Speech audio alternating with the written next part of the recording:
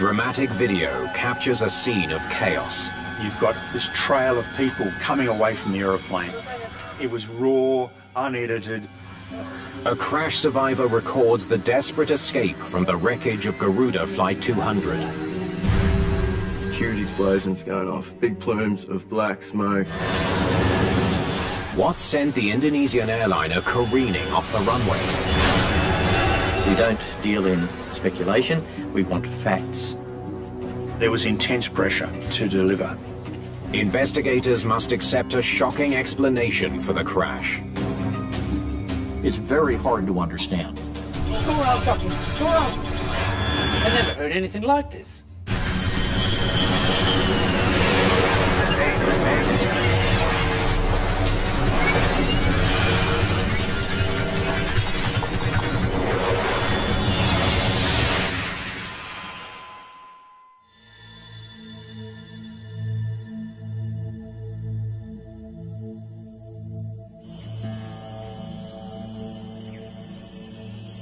It's early morning on the Indonesian island of Java.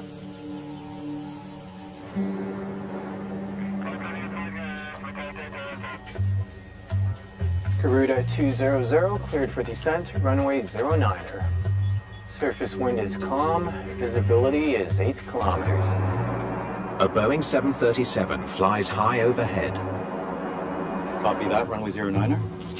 Wind's calm, visibility 8 kilometers. 27,000 feet. 27,000. The crew of Garuda Flight 200 is getting ready to land. All right, you can go ahead and proceed with the landing checklist. Landing lights on. Approach frequencies check. Indonesia is made up of 18,300 islands, so air travel is incredibly important. Garuda is critical to the aviation infrastructure. Fasten seatbelt light is on.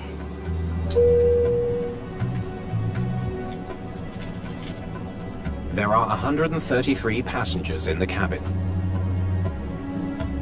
They're nearing the end of a short flight from the Indonesian capital of Jakarta, 265 miles southeast to the city of Yogyakarta. Most of the passengers are Indonesian, but there's also a group of Australian journalists. They're covering a state visit by Australia's foreign minister, who's traveling on another plane. Relationship between Australia and Indonesia are often strained. So whenever a minister, a head of state, visits that country, there's a heightened interest from the media, and so we had a large media contingent following. Kyle Quinlan is also headed to Yogyakarta. He's an Air Force security officer, part of the foreign minister's advanced security team. I was working for 34 VIP Squadron. They're the guys who look after security for Prime Minister, heads of government and stuff like that. We had to travel internally on civilian aircraft. The plane is about 15 minutes from touchdown. The speed is 320 knots. Okay, when we're cleared, we approach runway 9, course 088. Captain Mohammed Marwoto Kumar has been with Garuda for 21 years. Approach flaps 40, auto brake 2. With airspeed approximately 141 knots. On landing, parking stand to the left.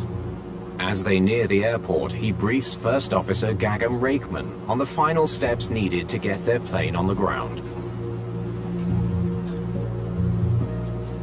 Understood. Approach briefing complete. This was a typical day out for these pilots. Captain was very experienced, the co-pilot a little bit less experienced, but certainly just another day at the office. A short flight, easy.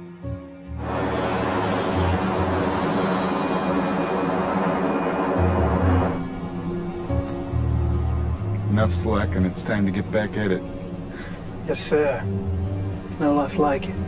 For Quinlan, the flight's been a welcome break from a hectic schedule. We just come off a 16-hour shift the night before. We had probably about 3 hours sleep, and So it was kick back and just like relax and just enjoy this time before we get on the ground and before we have to work.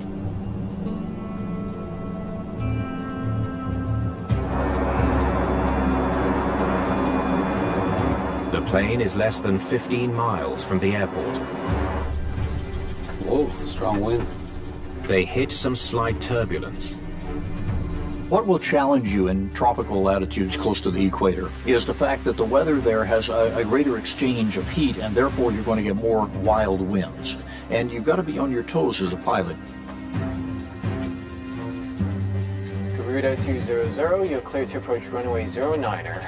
Let me know when you have the runway in sight. Copy that. The bumpy ride doesn't alarm the experienced captain. Flaps 1. He continues with the landing approach Flaps 1. and calls for the flaps to be extended. Flaps increase the wing's surface area, adding the crucial extra lift needed at slower speeds. Gear down. Gear down.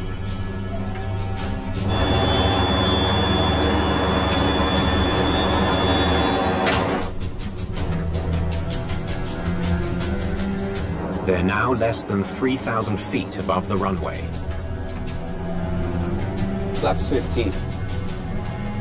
You're in this position of taking this big bird and putting it into a slow enough airspeed with enough configuration on flaps and landing gear and so on that you're a little bit vulnerable.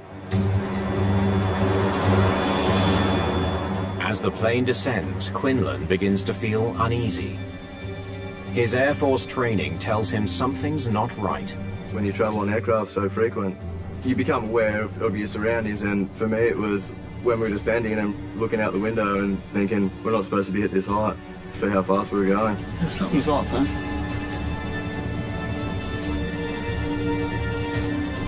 Clear to land, 2 miles out. Quinlan can't shake the feeling the plane's dropping too fast. When I realised something really bad was going to happen, I turned to my boss and I said, Going in. Okay then.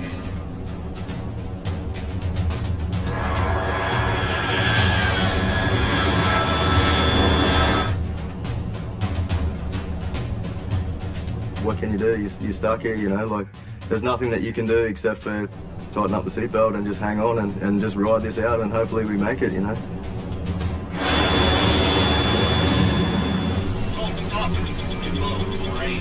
Whoa, go around, Captain, go around.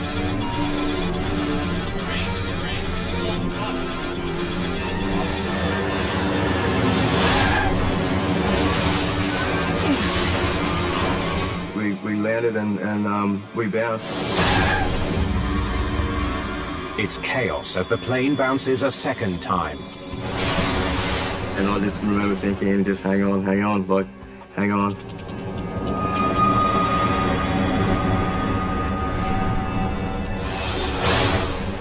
Then a third impact, and the plane isn't stopping.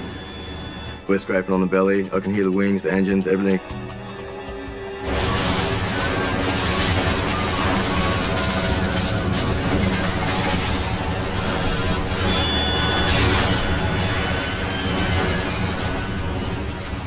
And probably the biggest impact I've ever had in my life was when we hit that embankment.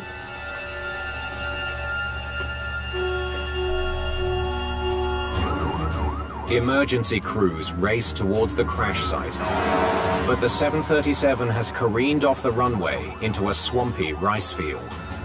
Getting vehicles to the site won't be easy.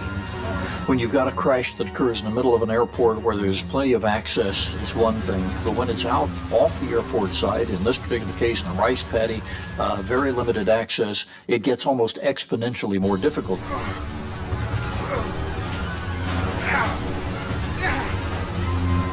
Many passengers are badly injured, and fire is spreading fast.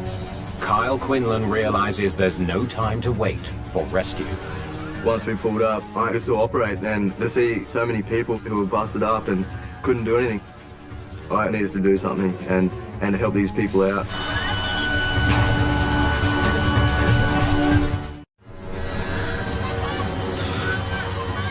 Inside the burning fuselage of Garuda Flight 200, Kyle Quinlan struggles to get out. Fire is blocking the nearest exits. The whole plane is just, there's all just the glow and the heat coming from the right side of the aircraft. If the fuel tanks ignite, the plane could explode. But firefighters can't reach the crash. Anytime you've got the possibility of fuel, you need fire suppression right there, right now, because you've got massive flames at 1800 degrees, and you've got a lethal situation. Quinlan still can't get out. Turn to the left, jump across, grab the emergency exit with another Indonesian guy and crack the emergency exit. Passengers scramble out of the door. People are climbing over each other, and it was a pretty wild scene. We've got to get you out of here, now! Quinlan's sergeant, Michael Hatton, is too badly hurt to get off the plane without help. He was unconscious and falling in and out of consciousness, so I carried him out, jumped off the left wingtip into a rice paddy, and then so we sank up to sort of knee-deep in water, about 100 metres away from the aircraft. As a hut, I just grabbed my boss and carried him there. I'm all right, yeah. I'm all right. You're all right here. I can see his injuries. They're not life-threatening. Said, look, you'll be right here. I'm coming back for you. You'll be right. Coming back. Off I went and went back to the plane. Freelance cameraman Wayan Sukada also makes his way off the plane. He soon begins capturing dramatic images of the aftermath. We've got the cameraman grasping for breath. We've got him staggering around away from the aeroplane, filming as he went. And you've got this trail of people coming away from the aeroplane. It was raw, unedited, and it was a real sense of being there.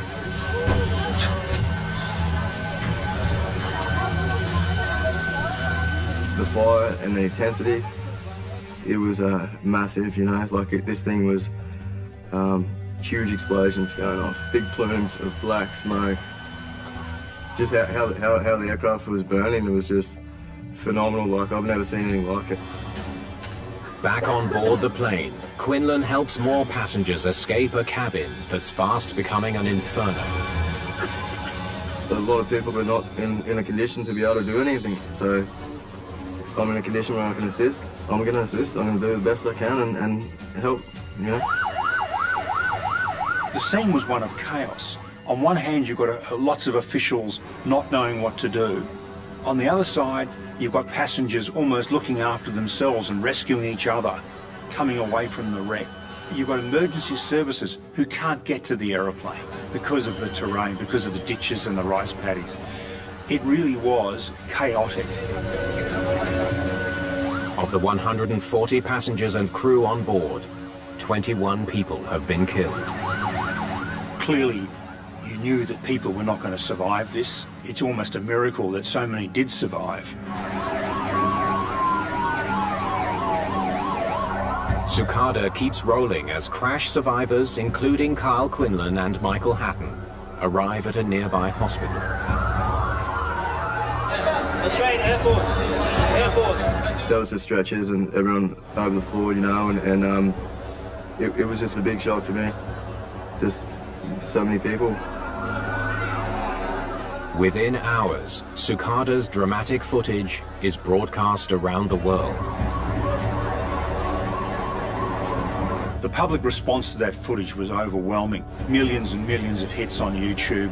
Television stations around the globe picked it up, and it was repeated continuously for days after the crash. At the crash site, investigators from Indonesia's National Transportation Safety Committee, or NTSC, faced the enormous task of piecing together what went wrong. Aircraft debris is spread all along the plane's deadly trajectory, from the runway to where it came to rest in the rice field.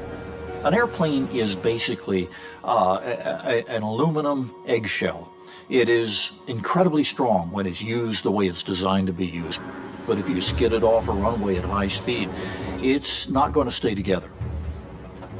Alan Stray of the Australian Transport Safety Bureau joins the investigation. What do you got so far? We have to establish where did it touch down, were there any runway marks, did it bounce, did it skid? What are the distinguishing features on the runway that may help us build a picture of what was happening at the time of the accident? Let's get the full team out to runway 9. Stray knows that the relatives of the dead are already demanding answers. Because there were so many international people on board this aircraft, some of whom had died, there was intense pressure to deliver. Investigators search for clues to explain why Garuda Flight 200 bounced off the runway and crashed. Looks like they hit pretty hard. They discover gouges and shattered pieces of landing gear on the runway, clear signs that the plane slammed down with unusual force. The nose wheel digging in and fracturing was indicative of a very hard G-force on that impact. It's also clear the plane hit the runway more than once. More skid marks here. The idea of walking the site is to establish the sequence of the events. First impact here. Being very careful not to disturb any perishable evidence. So, 1, 2, 3, then off the end of the runway. There was a lot of questioning and trying to establish why did the aircraft bounce. Hang on a minute. The location of the first skid mark gives investigators a crucial lead. How far are we from the threshold of the runway? 860 meters. Yikes, that's more than a third of the runway. It landed long, it didn't touch down till a long way into the runway. The distance of the touchdown from the threshold raised serious questions in the minds of the investigators. So, he comes in long, he hits hard, and bounce. Let's gather up as much weather data as we can. We're very keen to establish, was there a weather situation, a wind or a downdraft, a strong tailwind? Stray suspects wind shear might explain what he sees. Like this, and like this. Wind shear can produce violent updrafts and downdrafts that are impossible to fly through. Close to the ground, it can be deadly. Especially in the age of climate change, we've got more and more violent winds, gust fronts, downdrafts, things of this nature, and sometimes microbursts. Investigators check with tower controllers to find out what kind of weather the pilots were facing as they descended toward the airport. Here, take a look. Surface winds were completely calm. The weather data shows there were strong winds at high altitudes. But the winds near the runway were calm. There's no sign of the kind of downdrafts that could force a plane to the ground. That wind tapered right off, and there was ample time for the crew to establish the aircraft in a stabilised approach from 1,000 feet. Indonesian police launch a criminal investigation into the accident. They bring the captain in for questioning. For crash investigators, the move has unfortunate consequences. I really have nothing more to say. I'm sorry.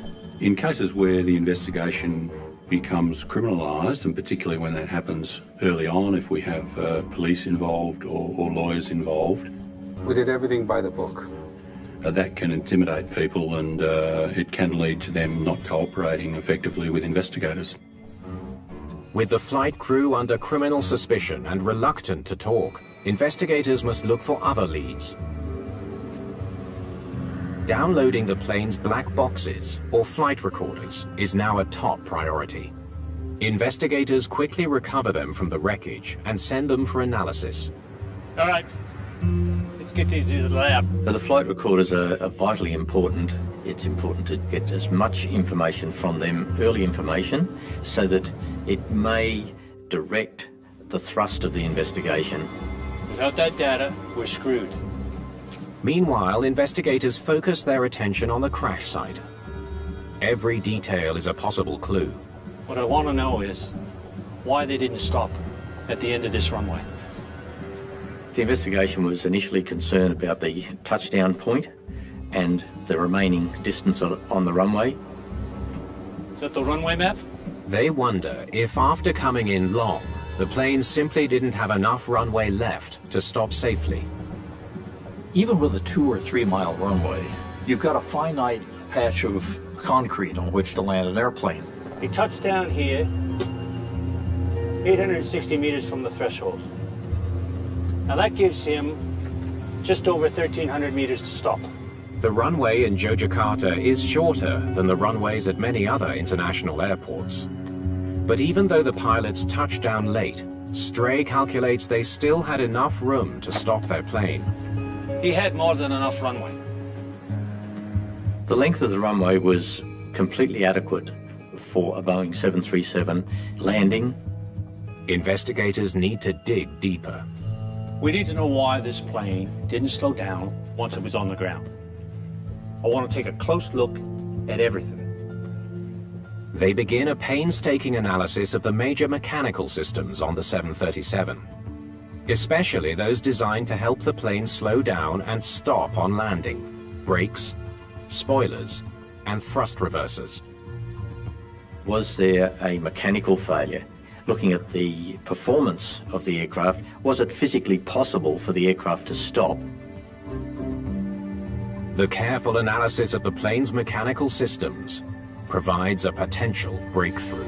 I think we got something here.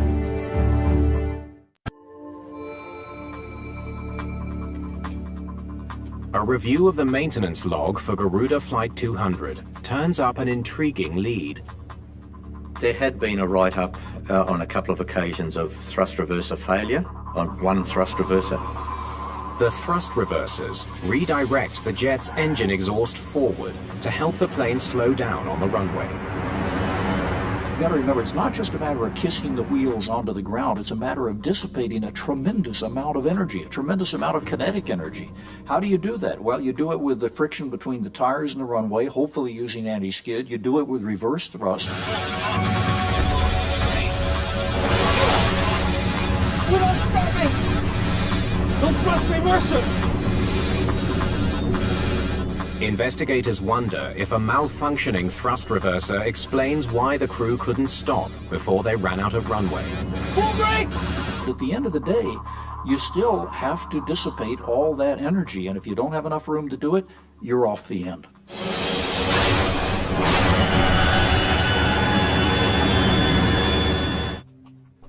But it's another dead end. According to the maintenance records, the faulty thrust reverser was repaired before Flight 200 took off. Looks like they fixed it. That had been rectified prior to this flight departing from Jakarta, and so there was no paperwork evidence of a failure.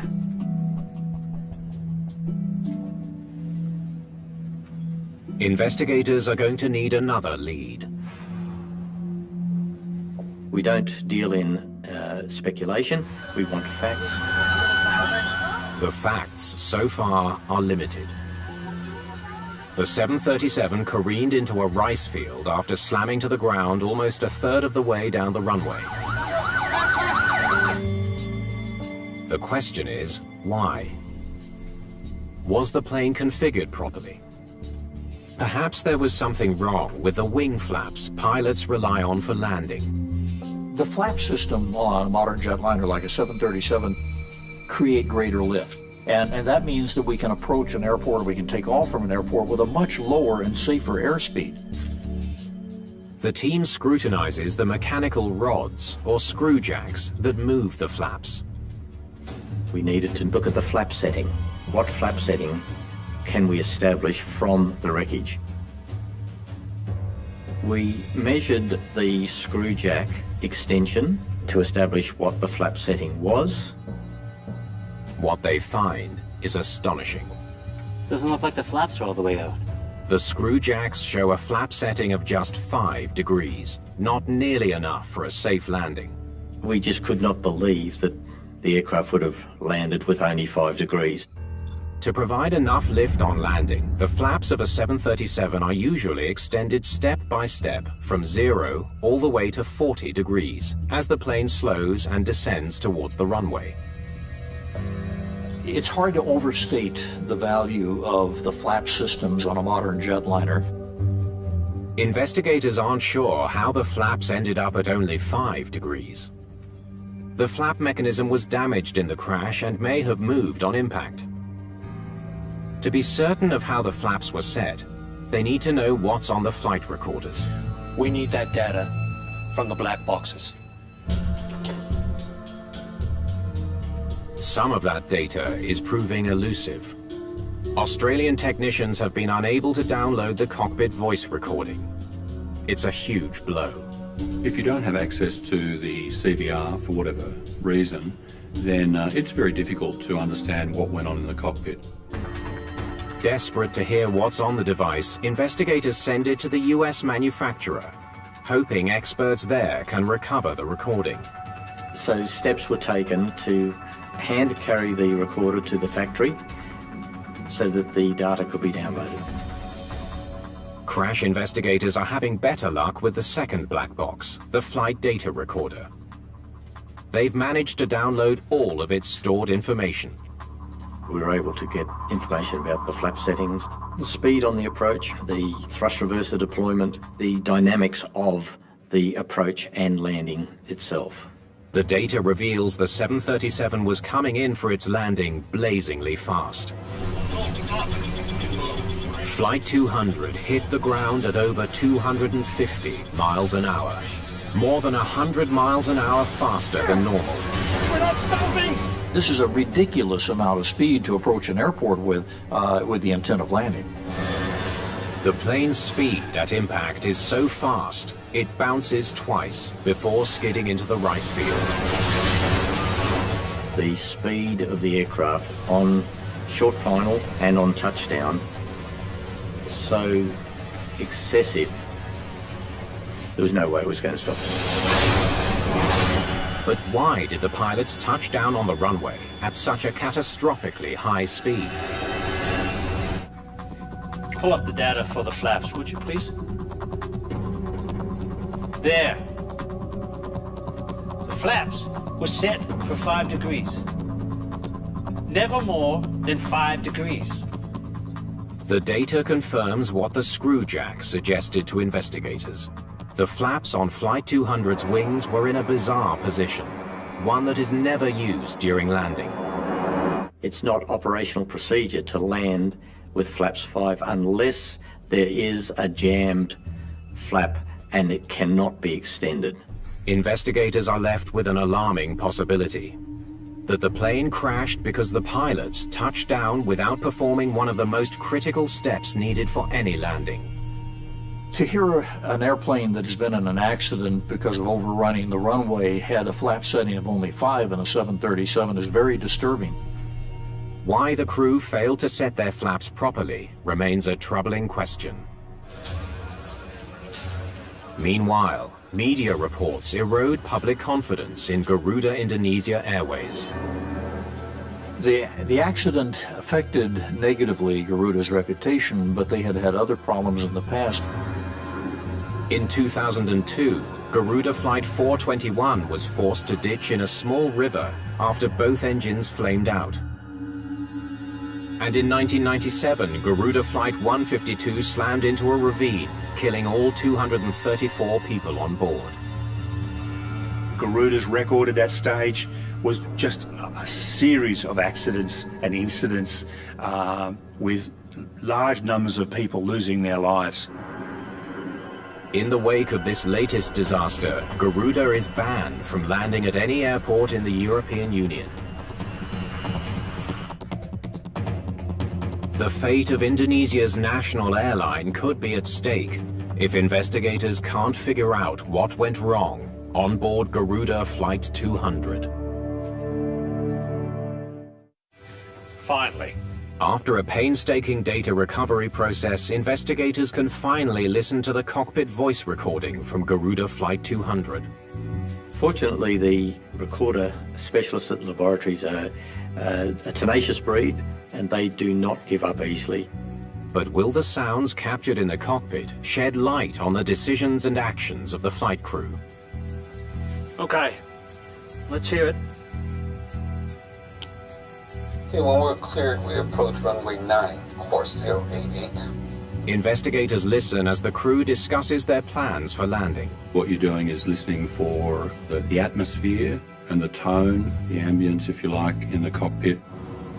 Approach flaps 40, auto brake 2, with airspeed approximately 141 knots. On landing, parking stand to the left. Now they know they need 40 to land, but they only get 5. What's going on? Approach briefing complete. At first, there's no sign the crew is worried. The captain certainly doesn't sound stressed. Then the first hint that something is going wrong. Looks like we're not going to hit the glide slope. The plane is too high for this distance from the airport. Better get down a little faster.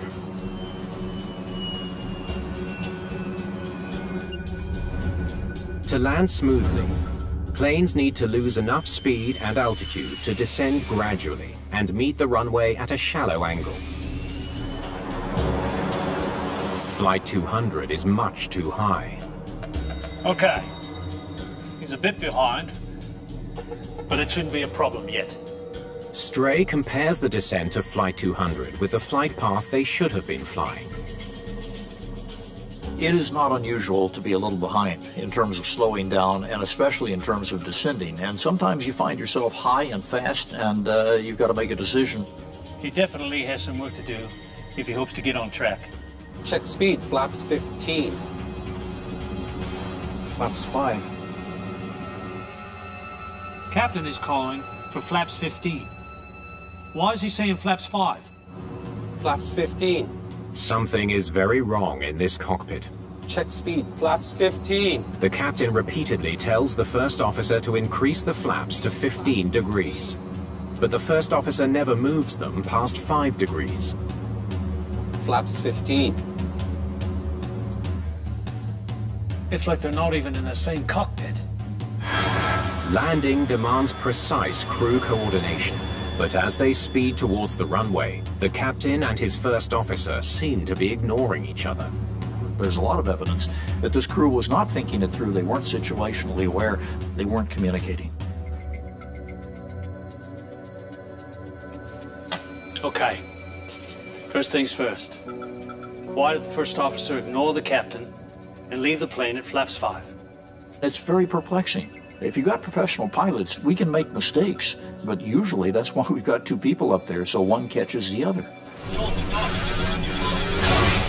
Investigators suspect the high speed at landing explains the first officer's decision not to increase the flap setting. Way too fast for flaps 15. Flaps can be damaged by excessive drag. And when the captain calls for flaps 15, the plane is speeding at over 250 knots.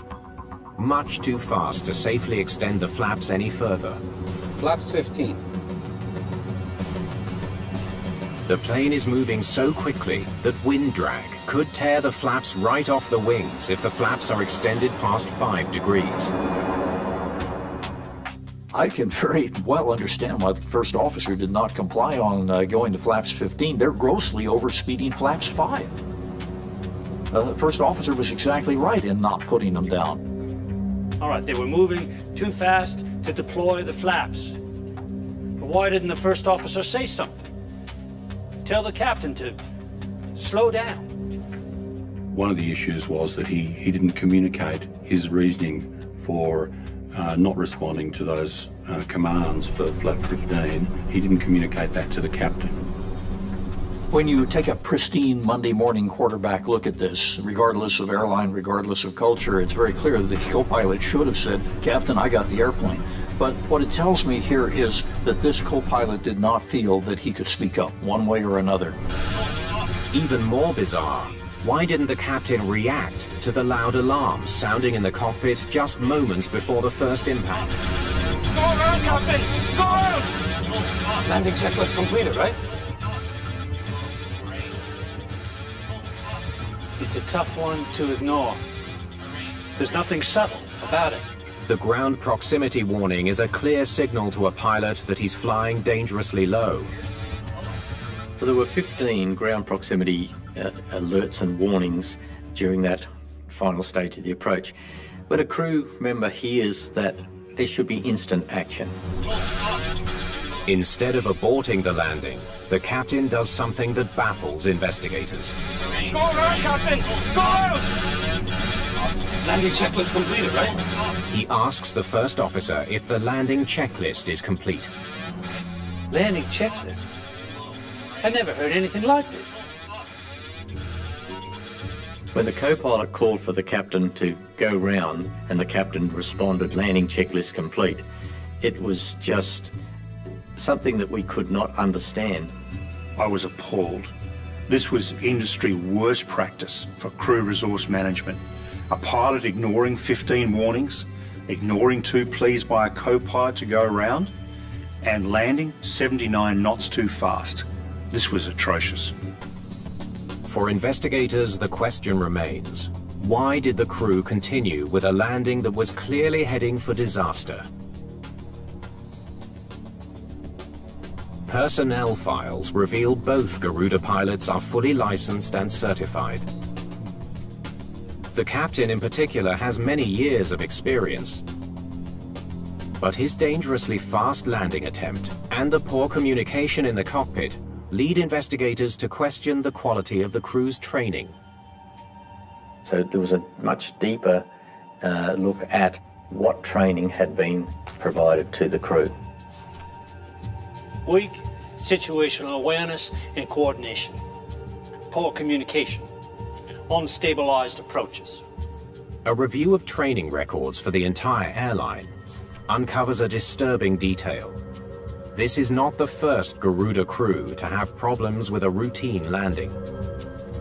We noted that in 2001, an analysis had been conducted and there was a number of instances of unstabilized approaches or fast approaches by crews. The finding shines new light on what happened in Yogyakarta. Investigators may finally be zeroing in on the cause of the Garuda 200 disaster. Play that last bit again for me, would you please? Investigators believe Garuda's poor training record helps explain the deadly landing in Yogyakarta. High-quality training for pilots is absolutely critical, especially when they face a crisis. It's one of the few things that can help a pilot avoid a strange psychological phenomenon known as fixation. Fixation is when we are focused on completing a task to the exclusion of other things that may be going on around us. When you see people as egregiously ignoring all the warnings and the systems and the bells and the airspeed and everything else here, you've got people who are fixated. Nothing was getting through to this guy. Investigators theorize that the captain was so fixated on descending to the proper altitude that he didn't notice his speed. And even when the alarms sounded, he failed to realize that his plane was in grave danger. Hard to imagine how somebody could get to that point, but we have a lot of flaws. And part of the flaw in the case of a pilot fixating on a runway is that he or she can blank out the rest of the advice, the ground proximity warning system, everything.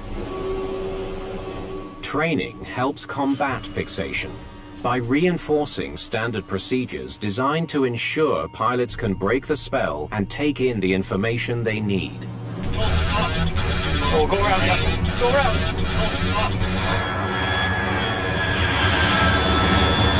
Go around!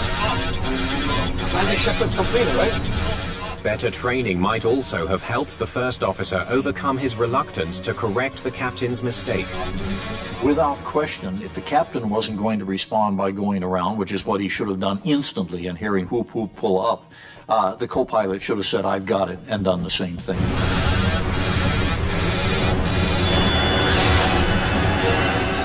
Digging further into the airline's operations, investigators discover another factor that could help explain the disastrous landing. Fuel efficiency incentive? Garuda recently introduced a policy that rewards pilots for saving fuel. In this case, it was a bonus that would be applied if people minimised the fuel that they used.